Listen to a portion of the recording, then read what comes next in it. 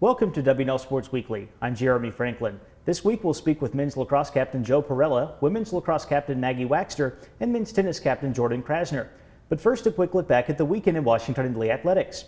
Baseball earned a share of the ODAC regular season title by sweeping a doubleheader at Emory and Henry, defeating the Wasps 8-6 and 18-7. In women's track and field, Lizzie Stanton recorded a season best mark in the pole vault at the Virginia Grand Prix. And both lacrosse teams wrapped up the regular season with lopsided wins as the women downed Randolph 22-1 and the men's team bested Randolph-Macon 26-6. With me in the studio is Joe Perrella, senior lacrosse captain from Larkspur, California. Joe, welcome to the show. Thanks for having me. The Generals rank in the top 15 in the NCAA in scoring offense. You poured in 50 goals in your last two regular season games. What has made things click so well for W&L in attack this year? Well, I think we can attribute our success to having a really dynamic offense. We've got a lot of players that have different roles. AJ Witherall, namely, and Hudson Hamill and Jonathan Henry are really good at beating their individual matchups, finding the open guys, and Sam Dardany and Whit Griffin can finish the ball. So just having different roles in the offense has worked really well for us. W&L scores its fair share of goals 6-on-6, but you also lead the conference in man-up percentage. How can that give the Generals an advantage as you head into the playoffs? Oh, it's very important. It'll give us the ability to score a couple easy goals. You can definitely look for Jonathan Henry to be the sharpshooter on our man-up team. You and your fellow seniors have never played an ODAC tournament game at Wilson Field. That will change this weekend as you host the ODAC semifinals and championship. How exciting is it to play your final conference tournament at home? It's going to be awesome.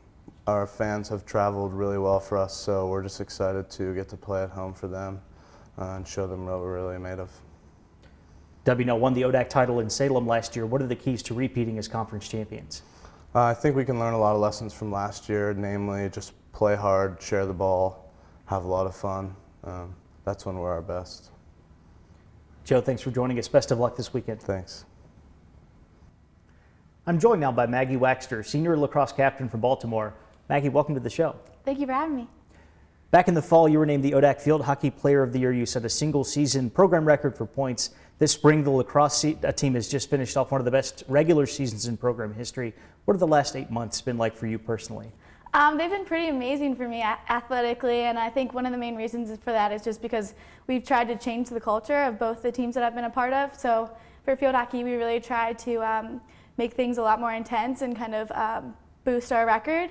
And I've specifically, personally for me, I've tried to work on assisting more than I have been, so my teammates had to step up. And then for lacrosse, same thing goes. We really tried to change the culture, and the off season is where we kind of started. And I didn't join until after field hockey season, but it was amazing to see how hard those girls were working out in the off season. And then, as you can see, it translated really well to season. You're one of 8 seniors on the lacrosse roster. Tell us about the relationship among you and your classmates. The 7 other seniors are my best friends for sure. I mean, I think they know me better than I know myself sometimes. But as the SID office said on Saturday for our senior game, we've only lost 13 games over our 4 years, which is pretty amazing. So it just goes to show you what great leadership we have. And yeah, I don't know what I'm going to do next year without them, like right up the street. The Generals had some great wins early in the season. You've been ranked 2nd in Division III for several weeks running now. Will that put some added pressure on the team once you get to the postseason? I don't think pressure is much more excitement, and I think we definitely are happy with our recognition and our rankings, but we're definitely excited and looking forward to postseason. But we're taking each game step by step, and that's why we've been making like process goals for each game to try and focus on the game at hand and not kind of looking forward to the future. So it's more excitement than pressure. A deep postseason run would start with another ODAC title this weekend. What do the Generals need to do to make that happen? I think we just have to play our game and remain composed and have those process goals and try and achieve them. Like we've had a goal to try and have 30 shots per game and have the opponent only shoot 12. So following those little individual process goals throughout the game is definitely going to help us lead to victory. Maggie, thanks for joining us. Best of luck in the ODAC tournament. Thanks for having me, Jeremy. Here with me now is Jordan Krasner, senior tennis captain from Rockville, Maryland. Jordan, welcome to the show. Yeah, it's great to be here. As usual this year, the Generals played a number of nationally ranked opponents during the regular season, most recently 2nd-ranked Emory a couple of weeks ago. How have those matches prepared you for the postseason?